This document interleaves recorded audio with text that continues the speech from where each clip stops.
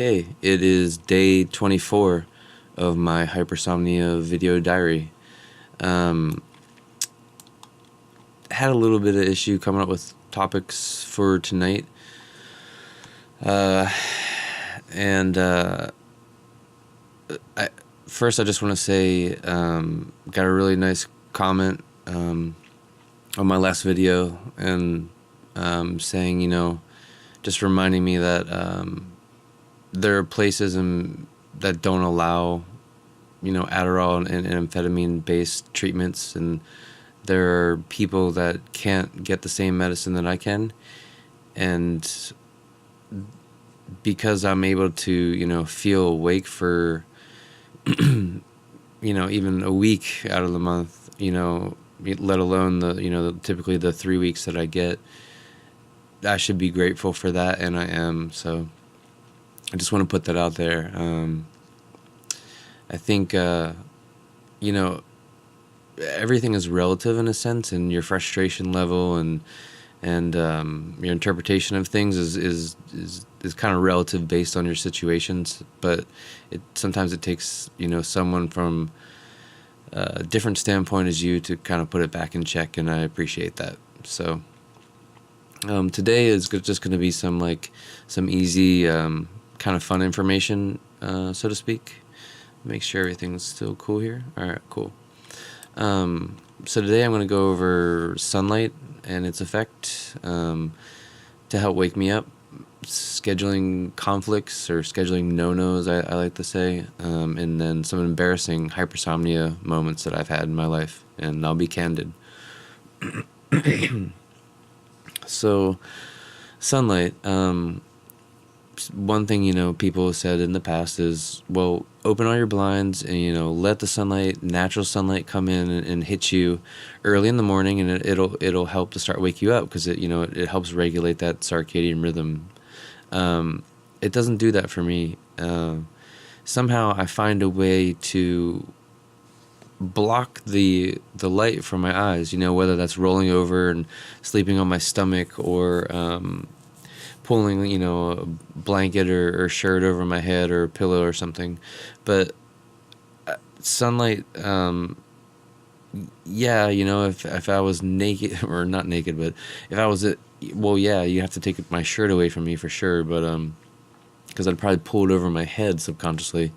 But I'd have to be in a room where I was getting blasted by sun. But even then, it's like I can find ways to go to sleep still. I'd probably do something like this or whatever. So what I'm saying there is, getting blasted by sunlight, or just having the sun, hit you in the morning to help wake you up, isn't and hasn't been a solution for me. I'm subconsciously, while sleeping, finding ways to cover that up. So it's no good, unfortunately. And in fact, I find myself awake more very late at night, early morning, rather than during any daylight hours. I feel like my natural sleep awake time is, my body wants to be awake from like 10 a.m. to 2 a.m. for sure. So some scheduling conflicts. Definitely I've learned as much as possible to avoid scheduling anything early in the morning.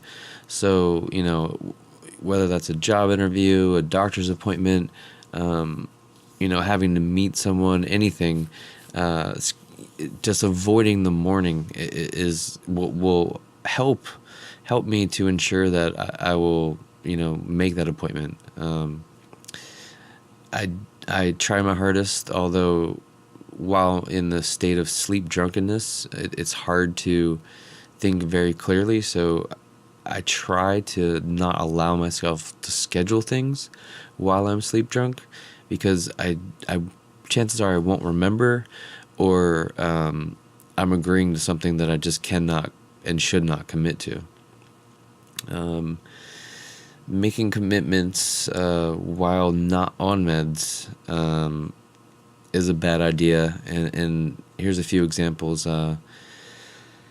it could be, 1 in the afternoon, I'm not on meds, I'm up, I've eaten, had some coffee or something, and I think that I feel good. And I'll be, I could accurately say that I'll stay awake or, won't be completely obliterated tired for about the next 20 minutes. So what I'll do sometimes is I'll make plans with people and I'll say, oh, hey, it's 1 o'clock now. Yeah, let's go for a hike at 2:30, and by 2 p.m. I'm like, oh my god, why did I agree to that? I should have never said yes, because now I'm super tired and like I can't do this. So making commitments while not on meds is dangerous. I still do it because obviously you have to live your life and get on with the daily routine, and the world doesn't bend to my hypersomnia, so I have to bend to the world, which is completely fair. But yeah, just not a good idea. It's not. I have to consider when going to a scheduled event or thing that how long is that event going to be?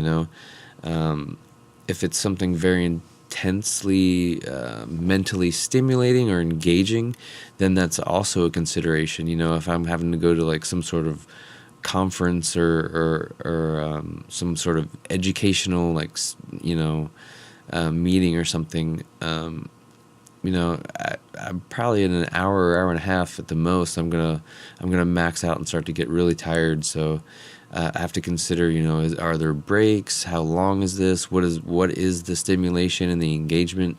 Because it's highly possible that I could fall asleep there. Yes, sitting up. Yes, while people are talking. Yes, while formally in an environment. It's totally possible. So let's see. So that being said, I try not to schedule things where if they're very long, like a 4-hour event, where I know there's not going to be a break somehow, or I'm not going to be able to take some time to refresh and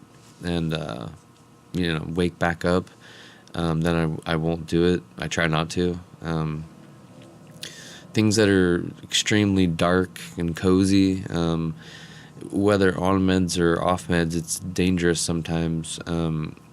In terms of if I were to go to like a midnight movie or something like that, and you get the super cozy lounge chairs, or you paid the ultra price or whatever it is, it's possible that I could fall asleep there, just because as soon as I get into that sleep atmosphere and setting, sleep takes over, and Steve doesn't have a say anymore. So let's see. Planning long-term planning events, far into the future. Taking a trip somewhere, or it's someone's birthday party, or you're gonna, go to some 2-day concert or something like that, or camp out, whatever. I have to look at will I be able to have my medicine for that trip? And if I can't, then I have to consider how worth it is for me to go. Because honestly, there's been times where I'm not on meds and I have to go on vacation or go be a part of something, and I was very reluctant to do it because I knew my state of mind and how the sleepiness was likely to affect me. And sure enough, it kicked me in the head, and I couldn't sustain the event or whatever. I don't have an exact example because there's so many actually in my life. But so what I need to do most of the times is, if like I'm personally going to take time off of work and go on a vacation, with my girlfriend and daughter or something, or, we're going to go do something, I have to try to make sure that I can time it so I will be on my medicine, so that I can actually be awake for that event. And that's hard sometimes, because again, the world doesn't bend to you, you have to bend to the world. So yeah, so but the best I can do, I balance things around my wakeful schedule on medicine. So so that kind of sums up the scheduling no-nos there. So I'll just go into some embarrassing things, and again, I'm going to be candid with these. So, you can probably anticipate or assume what a few of them will be. I remember being, mid-teens, 15, 16, 17 or something, and being on the phone, with people. And again, I was a teen in the this would be like the early 90s. So people still talked on your regular house phone a lot. And I remember lots of times just falling asleep on the phone, talking to people, and I would be in the conversation and be, it would be something interesting. It's not like I was bored and just like zoning out and like going to sleep or whatever, and I'd fully just pass out. I remember having to go to the nurse a lot in middle school, actually, and just from being so tired. And it's interesting, as middle school would have been late middle school too. So I was around 12, so maybe this was the onset. But I remember going to the nurse a lot, and she questioned me. She thought I was a hypochondriac because I was so tired, and say stuff like, maybe you're just constipated and things like that, and I just needed to sleep. So that was a bit embarrassing there as well. Another extremely embarrassing thing is just not remembering things a lot. Things like, we just had a conversation 3 days ago, and I don't remember that we talked about any of it, even though, it was 2 hours long, and you reminded me of points that I made throughout the conversation, things like that, and I just won't remember it, and it sucks. I don't know how. Like, it just doesn't register, and that happens more so when I'm sleep drunk or off meds, but still happens on meds too, when I'm just, fighting sleep, I guess. And I constantly have to ask my girlfriend what her work schedule is. Like, oh, you working today? You working today? It's like, for some reason, there's simple things I just can't remember that well, and not really sure why. But on to a more scary one, and this hasn't happened since I was probably 20 or 21, and this would have been probably when my hypersomnia symptoms were really starting to kind of peak and onset, fully. And subsequently, then I would have been at the neurologist at, around 20 or 21 as well. But I remember driving more so at night. I don't think it really happened during the day, and not necessarily even late at night, but there's times where I would just fall asleep driving, and luckily I never hit anything. Never injured anyone or myself. Never did anything more than kind of veer off the road onto the gravel or into, like the shoulder on the highway or something like that. But I remember I'd be sitting there like fine for 1 minute, like sitting there driving, and next minute just, and then I'd snap my head back up, and I'd be headed towards, the median or like, the barrier wall or what have you. That was pretty scary. And that happened pretty frequently for a few years there. I want to correct my original dating. So it would have been probably from 18 through 20 or 21. And luckily that hasn't happened since, and hopefully it never will again. I rely on my adrenaline to register that moment that I fall asleep there. Hopefully it always works.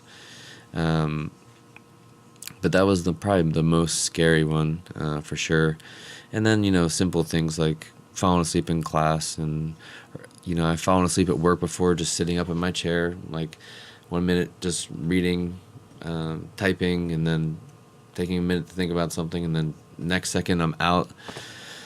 So, most of the time people don't, really catch on to that. But there's a few times people were like, "Were you just sleeping?" And it's like, "Oh no, no, I just closed my eyes for a second," but you can't help it. So what do you do? As a hypersomniac, it's like no amount of sleep is ever good enough, but you still seek and try to obtain every amount of seconds of sleep that you can get, because you just think that it's gonna that's gonna fulfill you, and hence why I got this tattoo. Yeah, again, sleep is the best drug, because nothing beats it. Lastly, I probably wet the bed. Doing it like every night or regularly stopped when I was probably 5 or 6, but it still occurred up through probably age 12, and I didn't know what was happening, and I didn't know why I couldn't wake up at night, and